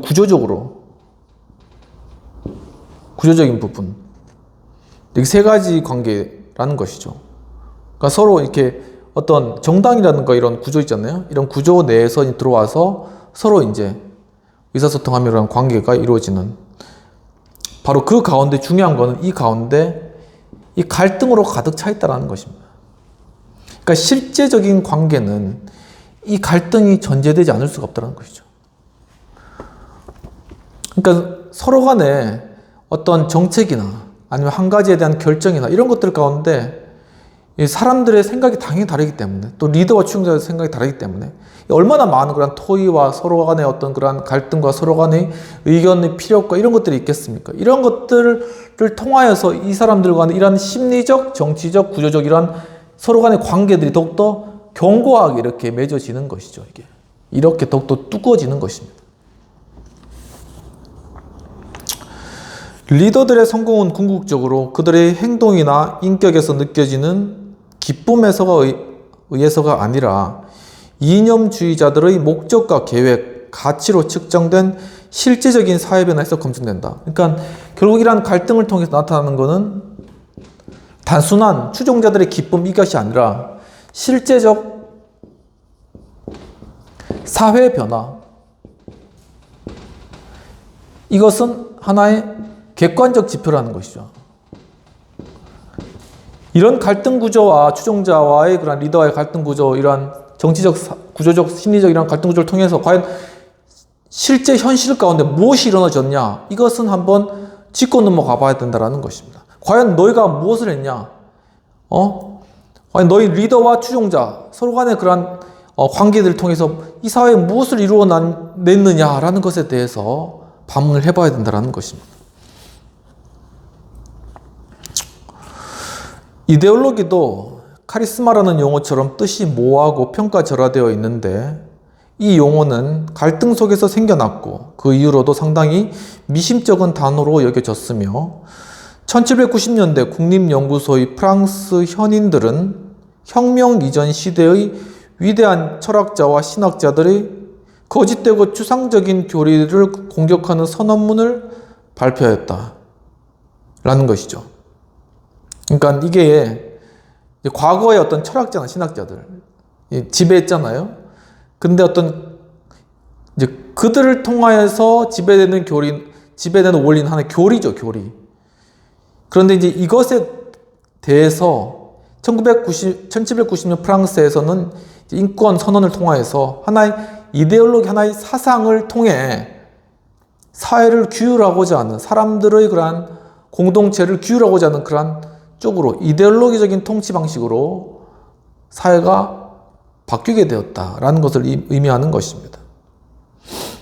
그래서 낡은 정치 제도를 떠받들던 사상들을 대신하여 그들은 이데올로기라고 부르는 새로운 과학의 사상을 발전시켰고, 그 이데올로기의 연구를 통해 모든 사상의 원천을 파악할 수 있었는데, 그러니까 이성적 사유를 통해서 결국 기존에 있었던 사상이 무엇인가를 역으로 파악을 해나간다는 것입니다. 이러한 철학자들의 혁명적인 생각은 곧장 나폴레옹의 예리한 눈길에 잡혔다. 그래서 이 나폴레옹이 뛰어난 게 바로 이러한 흐름을 알고 이제 어떤 이데올로기 이런 것들을 집대성해서 프랑스 법전을 만들어내는 것이죠. 그러니까 이 사회를 통치하고 운영하는 방법, 그 패러다임이 변화되었다라는 것을 간파한 것입니다. 나폴레옹은 국립연구소를 다시 조직하고 대부분의 이론가들이 있었던 제2도덕 정치과학연구소, 영어로 Second Class of Moral and Political Science, 이런 것들이 이제 거기에 이론가들이 다 가가지고 이제 거기서 어떤 사상이나 이런 것들을 만들었는데 그걸 폐지시켜버리고 국립연구소를 새로 만들었다는 것입니다. 그러면서 이데올로기라는 용어는 살아남았지만 다소 기복이 있었다라고 이야기를 하고 있습니다. 그래서 여기서부터 이제 이데올로기라는 용어가 이제 탄생되고 생겨났다라는 걸 이야기하고 있는 것입니다. 소련의 공산주의, 그리고 독일의 나치즘, 그리고 민주사회주의, 그리고 어떤 형식이 없는 이데올로기인 자유민주주의가 제2차 세계대전이 일어나기 몇 년 전에 상당히 유행했는데, 전쟁 이후에는 미국에서 이데올로기의 종언, The End of Ideology라는 책도 출판되었고, 이 실리주의 시대에 이데올로기라는 용어는 공론적이며 추상적이고 독단적이고 엄격하고 비실제적인 것을 상징했다라고 이야기를 하고 있습니다. 그러니까 이제 그 이념의 시대 있잖아요. 이념의 시대. 공산주의와 이 자유민주주의, 이 이념의 시대가 과거 이제 제2차 대세계대전 이후에 한참 이제 그 시대를 이제 그렇게 진행되다가 과학기술이 발전하면서 실리 위주로 바뀌면서 이제 점점 이제 이념의 어떤 시대가 없어지는 게 아닌가라는 그러한 생각도 할 수 있겠지만, 그래서 이제 이데올로기라는 종언이라는 책도 나왔겠지만, 사실은 그 개념은 이데올로기라는 개념은 사고와 리더십의 중요한 전략을 나타내고 있으며 버려져서는 안 된다라고 이제 보고 계신 거죠, 번스 교수님은. 그러니까는 아무리 사회가 실리주의적이 되고 또한 어떤 과학적인 세계가 된다고 할지라도 이 이데올로기라는 개념은 유지되어야 된다. 왜냐? 그것은 사고, 우리가 어떻게 사고하는가, 그리고 리더십, 우리가 어떤 사람을 따라야 하는가 하는 것에 대한 중요한 전략을 이 이데올로기가 가지고 있기 때문이라고 하는 것입니다. 그 말은 뭐냐면은 우리 사고방식과 우리 어떤 리더십에 대해 바라보는 관점, 이것은 실리하고 과학기술의 발전과 상관없이 계속적으로 존재한다라는 그러한 것이죠. 그래서 우리가 이제 흔히 이제 시대가 어떤 시대인데 우리가 이념적으로 그렇게 그걸 주장하고 막 그렇게 하느냐, 어떤 체계, 어떤 체제를 옹호하고 그것을 막 고수하려고 하느냐라는 그런 이야기들도 많이 있습니다. 그리고 뭐 우리 먹고 사는데 뭐가 중요하냐라고 이렇게까지 이야기하는 사람도 있다라는 것이죠. 그리고 젊은이들 가운데 막 이제 뭐 우리 대한민국의 자유민주주의 체제를 지키려고 막 노력하시는 그런 어른들을 보고 이해 못하는 그런 젊은이도 많이 있다라는 것입니다. 그런데 이제 그럼에도 불구하고 바로 이러한 우리 어떤 이데올로기에 대한 그러한 어떤 우리의 방향이라던가 이러한 부분들은 계속적으로 이제 가르치고 교육하고 또한 그런 것이 무엇인지를 배우고 알아가고 그런 것들을 정립해 나가는 과정들이 필요하다라는 것이죠. 왜냐 하면은 이 이데올로기적인 어떤 그러한 성향은 우리 리더십을 세우는 것이나 우리 사고체계에 있어서 어떤 영속적인 것이기 때문에 그런 부분에 대한 교육과 어떤 스스로의 정립과 이런 것들을 해놓지 않으면은 이 이데올로기가 변화될 때 이 여러 가지 이데올로기가 있지 않습니까? 그러니까 우리가 가진 그러한 이데올로기에 대한 정립을 잘 해놓지 않으면은 결국은 다른 이데올로기에 의해서 어떻게 보면은 침략받을 수가 있다. 그러니까 침투될 수가 있다라는 것이죠. 그렇기 때문에 우리가 우리 어떤 그러한 어떤 이데올로기의 어떤 측면들에 대해서 결코 광고하지 말고 그것을 잘 교육시키고 또한 그것에 대해서 잘 가르치는 그러한 일들, 그런 것들이 필수적이다라는 것입니다. 그런 의미에서 이렇게 하우스 리더십 학교에서 이렇게 이러한 부분 정치에 관한 내용들을 보면서 당한 어떤 리더십과 아니면 이것과 관련된 다양한 정치적인 어떤 그런 영역들에 대해서 다루어보고 다양한 인물들을 살펴보는 것은 우리 스스로나 우리 어떤 자녀들을 위해서나 의미 있는 일이다 라는 그런 생각이 좀 생각되는 그런 부분들이 아닐까라는 그런 생각을 하게 되고요. 결국은 이제 이데올로기의 중요한 속성은 무엇을 믿느냐, 즉 그 신념체계 이데올로기 속성이 있죠. 이 이데올로기는 즉 무엇을 믿느냐라는 것입니다. 무엇을 믿느냐. 이것이 그 신념체계, 그 신념체계이죠. 이 가치구조, 세계관 굉장히 중요한. 최근에 이제 저도 디즈니에서 25일날 9월 25일날 이제 있지 않습니까? 인사이드 아웃 2가 이제 개봉돼가지고 거기서 이제 봤는데 극장에서 안 보고 거기 보면 이제 그 주인공이 사춘기가 돼가지고 자신의 가치관을 정립해 나가는 과정이 있지 않습니까? 근데 이제 마지막에는 거의 과거의 어떤 나빴고 또 슬펐던 그런 여러 감정들과 기억들까지 다 와가지고 그것이 하나의 거대한 그런 어떤 가치 체계의 나무로 이렇게 성장하는 그런 과정이 있지 않습니까? 그러니까 중요한 것은 그것이 하나의 어떤 신념이고 믿음 체계가 생겨난다라는 것입니다. 바로 그런 것이 여러 기쁨, 슬픔, 괴로움 여러 가지 감정을 통하여서 생겨나겠지만은 이게 감정과 또한 지식과 여러 가지 교육을 통해서 자라나는 것이죠. 그러니까 그렇게 이 가치 체계와 신념 이런 것들을 어떻게 세계관 이런 것들을 어떻게 세워나갈 것인가 이것이 이데올로기의 중요한 과제고 또한 중요한 주제이기 때문에 이데올로기가 결코 간과되어서는 안 된다라는 것이죠.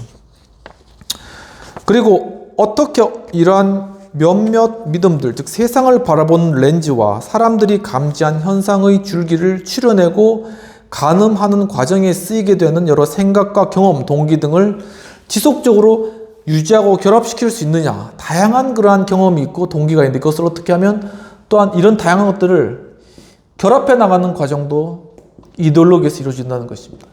통합되어 나가는 과정이죠. 한 사람이 성장하고 자라나는 과정이라는 것입니다. 그런데 이 이원론은 아서 쉬서저라는 분에 의해서 부분적으로 잘 설명되고 있다고 합니다. 그는 이데올로기란 사람들이 세계를 이해하고 보호하고 변형시키려고 애쓰는 체계적이고 엄격한 독단의 실체를 의미한다라고 이렇게 보셨다고 합니다. 그러니까 세계를 이해해 나가고 이 세계를 또한 보호해 나가고 이 세계를 변화시켜 나가려는 어떤 하나의 신념 체계 그 실체를 의미한다라는 것이죠. 또한 즈빈그뉴 브레진스 진스키 러시아 쪽 분 같은데 이분에 의하면은 이데올로기는 정치적 행동을 역사의 일반적 목표 의식 모두에 결합시키는 것이다 라고 그렇게 정의할 수 있다는 것이죠. 일반적인 어떤 역사의 목표 의식 그것에다가 정치 행동을 결합시켜서 어느 방향으로 갈 것인가 이런 것들을 이제 결합시키는 그런 행위. 그러니까 어떤 이데올로기를 가지고 정치의 어떤 방향을 결정해 나가는 것이죠.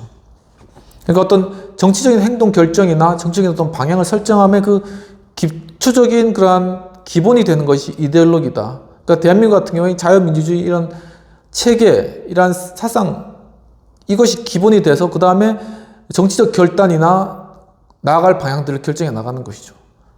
그러니까 이 기본적인 틀이 되는 이것들을 잘 교육시키고 잘 정립시켜 나가는 것들 그런 것들의 중요성을 보여주는 것이죠.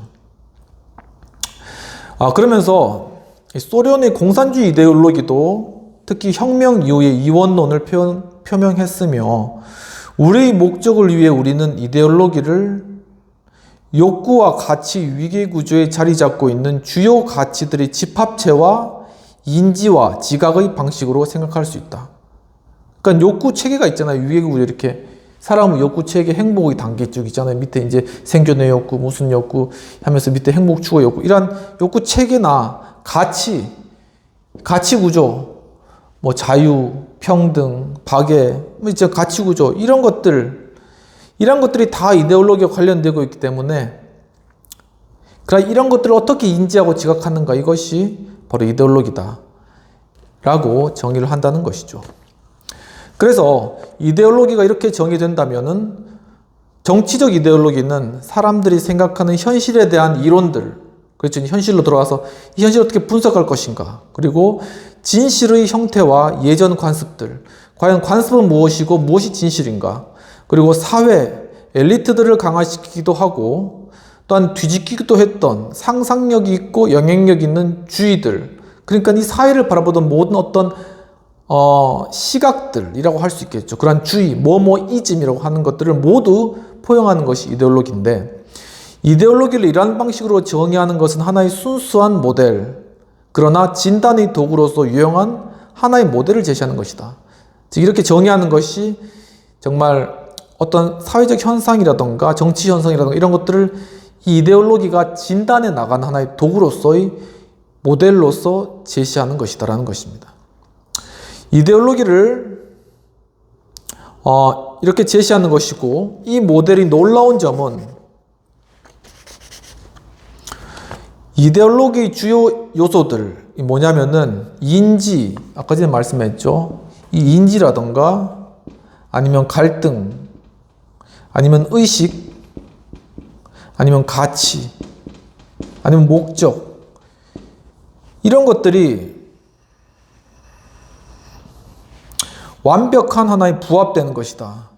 이것이 하나의 이데올로기로 온전히 부합되는 바로 그러한 현상들이 나타나진다라는 것입니다.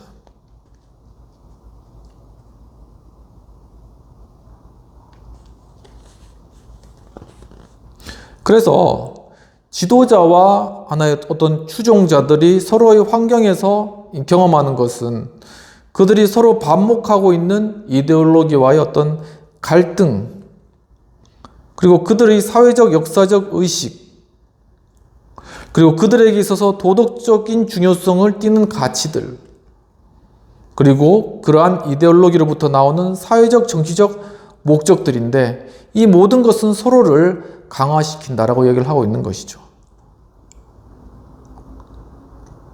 즉 이데올로기로부터 어떤 갈등이, 서로 간에 추종자와 리더 간의 갈등이 있을 수도 있고, 그리고 사회나 역사를 바라보는 의식이 다를 수도 있고, 그리고 도덕적으로 무엇이 중요한가를 달리 볼 수도 있고, 그렇죠.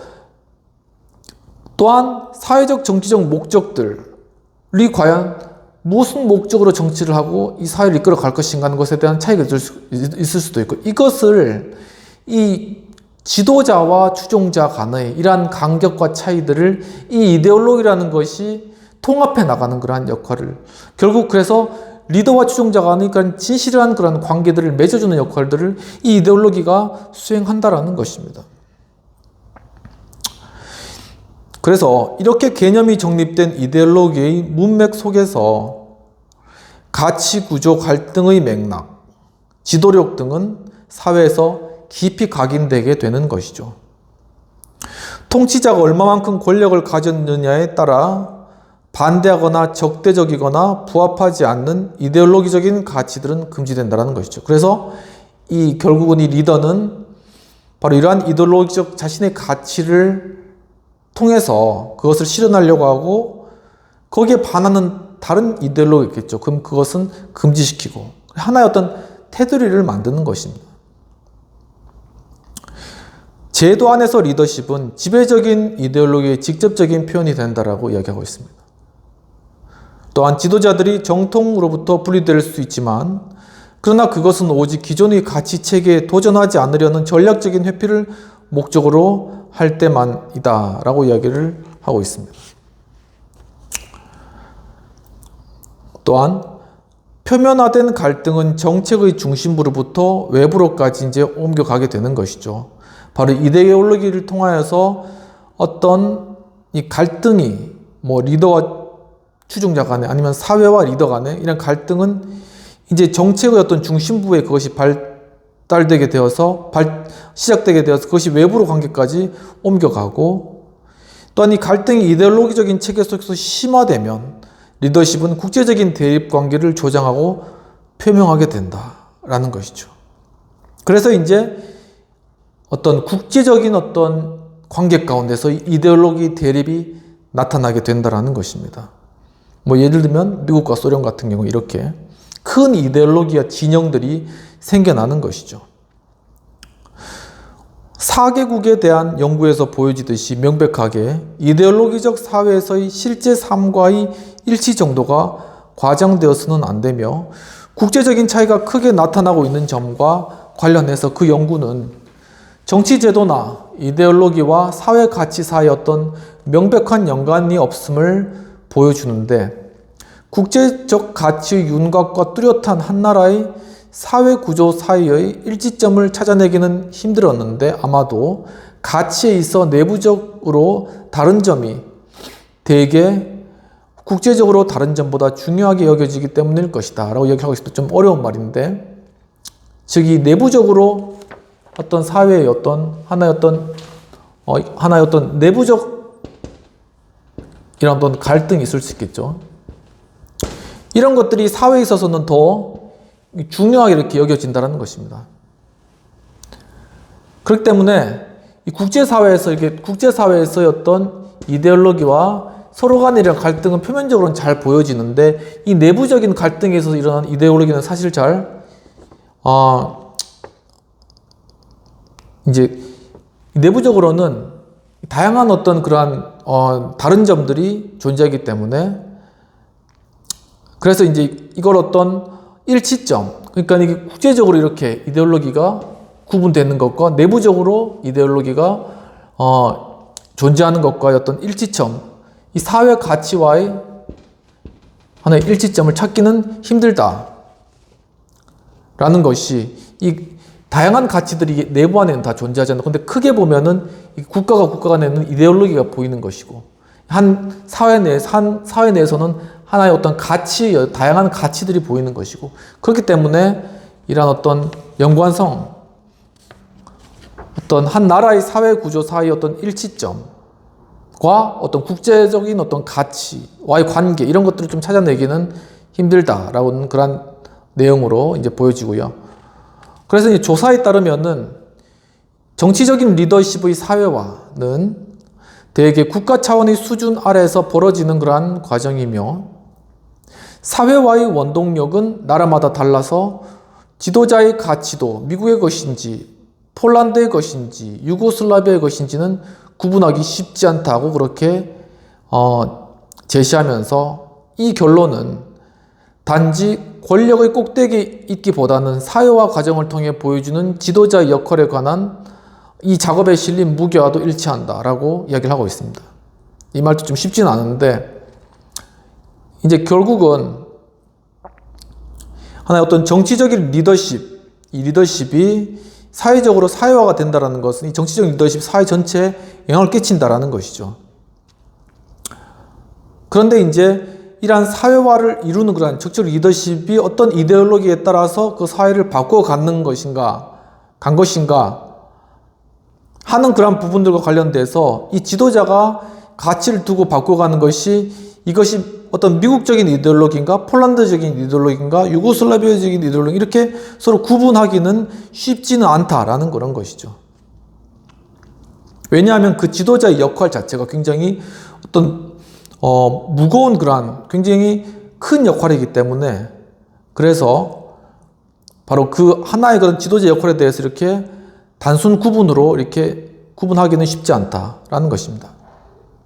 네, 그렇게 이해되고 그 다음에 또한 로버트 레인이 말한 대로 이 정치적 이데올로기는 누가 통치자가 될 것인가 어떤 원칙에 의해서 지배될 것인가의 문제에 들어갑니다. 그러니까 이데올로기가 나면 그 다음 단계는 이제 이 정치적 이데올로기에 대해서 나오는데 이 로버트 레인이라는 분이 이렇게 말했는데 과연 이 정치적 이데올로기는 누가 통치자가 될 것인가 그리고 어떤 원칙에 의해서 지배할 것인가 하는 것이 문제이고 어떻게 이데올로기가 삶의 중요한 가치들을 또한 끌어안을 것인가 그리고 이데올로기가 어떤 종류의 도덕과 철학에 반대할 것인가 하는 그러한 문제들이 바로 정치적인 이데올로기다라고 이야기를 하는 것입니다.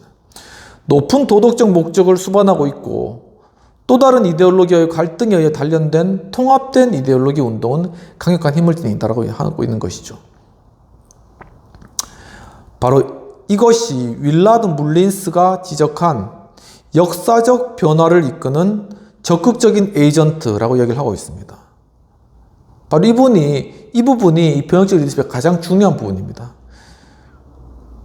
바로 이 이데올로기를 통해서 높은 도덕적인 목적이 이제 정치적 이데올로기에서 수반되게 되고 거기에서 또한 어떤 이 이데올로기가 그냥 단순 하나의 어떤 이상향으로 떠오르는 것이 아니라 하나의 갈등을 통해서 단련된 그런 이데올로기가 된다면 그 이데올로기 자체의 힘이 굉장히 파워풀하기 때문에 그것이 바로 하나의 역사적인 변화를 이끄는 그러한 힘으로 작용하게 된다는 것입니다. 그리고 바로 그것이 뭐냐면 변혁적인 리더십이다. 트랜스포밍 리더십이다. 라고 변혁적 리더십에 대한 정의를 바로 여기서 찾아가는 것이죠. 그래서 모든 형태의 리더십에 대한 검증은 사회적이고 인간적인 가치로 표명된 대중의 욕구가 어느 정도 실현되느냐에 달려있고, 지도자들은 지속적이고 널리 퍼져 있는 대중들의 욕구를 무시하고서라도 여론이라는 껍질을 벗겨버릴 수 있다라고 이야기를 하고 있습니다. 그래서 막 어떤 지도자에 대해 가지고 막 다양한 여론이 있을 수가 있고, 막 어떤 스타처럼 이렇게 굉장히 지지할 수도 있고, 뭐 이런 것들이 많이 있을 수도 있지만은 사실 하나의 그러한 껍데기와 불과한 어떤 그런 것들을 사실은 다 벗겨버리고, 결국은 정말 이렇게 이 리더십이 사람들의 어떤 욕구와 어떤 가치 표명, 이런 것을 얼마나 실현시켰느냐에 따라서 결정된다라는 것이죠. 그러나 이제 궁극적으로는 이 지도자의 효율성은 실제적이고 의도된 사회 변화의 형태로서의 목표를 어느 정도 성취하였느냐에 의해서 평가될 것이다 라는 것이죠. 여러 사회적인 목적들이 실현되고 혁명적이고 지적이며 개혁적인 과정들이 매혹적이지만은 궁극적인 변화의 전환기에는 지도자와 추종자들의 동기, 요구, 가치가 모여 실현 가능하고 행사 가능한 지도자의 권력으로 변화하는 단계에서 주어진다는 것입니다. 그러니까 여러 다양한 이데올로기를 입에 발리게 좋게 많이 이야기할 수가 있어요. 그러니까 이런 이데올로기가 좋을 것 같다. 이런 가치가 좋을 것 같다. 이런 것들을 추구해 나간다. 말로는 많이 이야기할 수 있지만은 실제적인 사회 변화가 이루어지는 것은 이 사회의 전환기에 정말 이 지도자하고 추종자들이 이 말뿐인 것이 아니라 그들의 진정한 목적과 욕구와 동기와 이러한 가치들이 함께 모여지고 어우러지면서 그 가운데서 실제적으로 행동이 가능한 지도자의 권력이 나타나고 그 권력을 통하여서 이 사회가 변하는 단계까지 이르는, 바로 그러한 것이 변혁적인 리더십이고 변혁적인 리더십의 효과이고 결과이다 라고 설명을 하고 있는 것입니다. 그러면서 이제 이 버스 교수님 굉장히 모태똥에 관해 가지고 이 인물이 굉장히 이제 이데올로기적이면서 이 모태똥이 보면은 굉장히 이 모태똥이 이게 이데올로기적이면서 플러스 카리스마적이다. 이게 두 개가 합쳐진 대표적인 인물이라는 것이죠.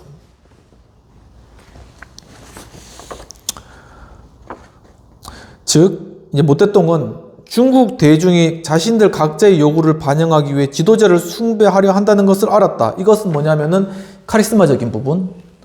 즉, 사람들의 욕구 가운데, 마음 가운데 뭔가 자신의 문제를 해결받기 위해서 어떤 대상을 숭배하기 원한다, 따르기 원한다는 그런 것을 알고 있었다는 것이죠. 그러니까 그것을 통하여서 영향을 행사하는 것이 바로 이 카리스마적인 리더십에 해당되는 것이고, 또한 지도자도 그들을 위해서 정신적 욕구를 충족시켜 줘야 한다는 것을 알았다. 그러니까 지도자 입장에서 그 사람들이 원하는 어떤 욕구들, 이런 것들을 충족시켜 줘야 된다. 그리고 그것을 위해서 실제적인 정책이나 이런 것들을 펴가야 된다. 삶을 변화시켜야 된다는 것을 주장하는, 이런 것이 이데올로기적인 측면. 그래서 이 두 가지가 합쳐졌다라는 것입니다. 즉, 그는 추종자와 지도자들의 특정 욕구를 잘 이해했다. 그러니까 이것을 함에 있어서 이 추종자들이 다양한 욕구가 있어요. 자신을 따르는 사람들이 그 욕구를 잘 이해했을 뿐만 아니라 플러스 이 지도자의 욕구 역시도 잘 파악했다. 그러니까 예를 들면 그 당시에 중국을 이끄는 그 지도자들이 무엇을 마음가운데 품고 있었다는 것도 잘 이해했다라는 것입니다. 그러니까 이 욕구에 따라서 바로 자신의 카리스마를 드러내고, 그 다음에 거기에다가 이데올로기적인 목표까지 합치니까 이 거대한 중국을 그냥 집어삼킬 수 있었던 바로 그러한 인물이 된 것이죠. 그러면 비평 및 토의를 마지막으로 한번 해보도록 하겠습니다. 이 번스 교수님은 변혁적 리더십에 대한 정의를 이데올로기의 갈등에 의해 단련되고 통합된 이데올로기 운동에 의해서 강력한 힘을 지닌 리더십이라고 이제 정의를 하시고, 위대한 지도자들은 이데올로기적인 요소와 카리스마적 요소를 창의적으로 결합하였다고 그렇게 통찰하고 계십니다. 여기서 이제 리더십 어떤 핵심을 짚고 계시는 것이죠. 그렇다면은 과연 우리 정치 속에서 이데올로기와 카리스마가 결합된 인물은 과연 누가 있을까요? 라는 그런 질문을 해보게 되고, 이러한 그러한 이데올로기적인 대표적인 인물로는 이제 초대 대통령 이승만 대통령이 이 자유민주주의라는 측면에 있어서는 완전 이데올로기로 굉장히 투철하셨죠. 본인이 스스로가 이제 그쪽 방면으로 정치학 공부로 이제 박사학위를 받으시고, 플러스 카리스마가 굉장히 뛰어난 인물이시죠. 그래가지고 이제 미국이 결국 이제 휴전하고, 그리고 이제 포로들 막견하고 뭐 이런 것들을 하려고 했을 때 어떤 그 카리스마를 이제 발휘해가지고 뭐 거기서 이제 반공포로들 다 풀고, 그리고 미국과 서로 협상해가지고 한미 방위 조약 맺고, 또한